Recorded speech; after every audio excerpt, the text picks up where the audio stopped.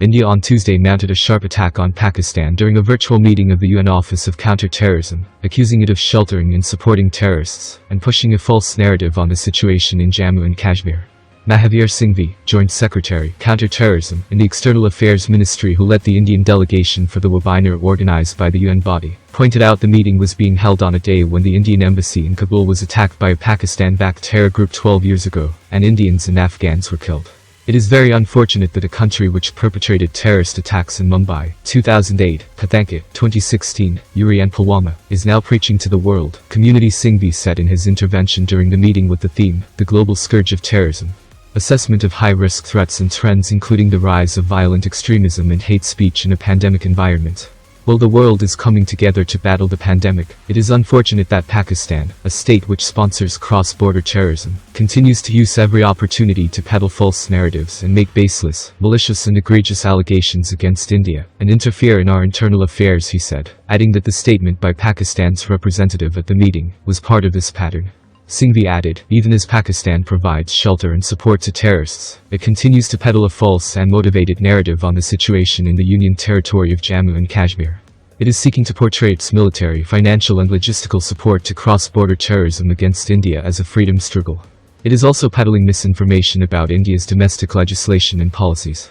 The webinar was part of the UN body's virtual counter-terrorism week, and Singhvi pointed out that terrorists have made innumerable attempts to infiltrate India, from their safe abodes across the border to carry out attacks, and have even used unmanned aerial systems to smuggle weapons across our borders.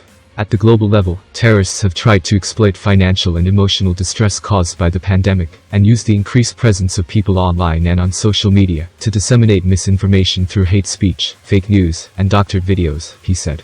Another disturbing trend is the collection of funds by prescribed terror groups, ostensibly for charitable activities, but which would be used to finance terror, he said. Singhvi described Pakistan's statement claiming credit for eliminating al-Qaeda as ludicrous, and said the group's founder, Osama bin Laden, was recently glorified as a martyr by Pakistan Prime Minister Imran Khan in Parliament. This is a chilling reminder of the patronage that international terrorists receive in Pakistan, he said. Khan had publicly acknowledged the presence of up to 40,000 terrorists in Pakistan, and the Analytical Support and Sanctions Monitoring Team of the UN Security Council had reported that about 6,500 Pakistani terrorists from Lashkar-e-Taiba, LET, and Jaish-e-Mohammed, JEM, are operating in Afghanistan, he said.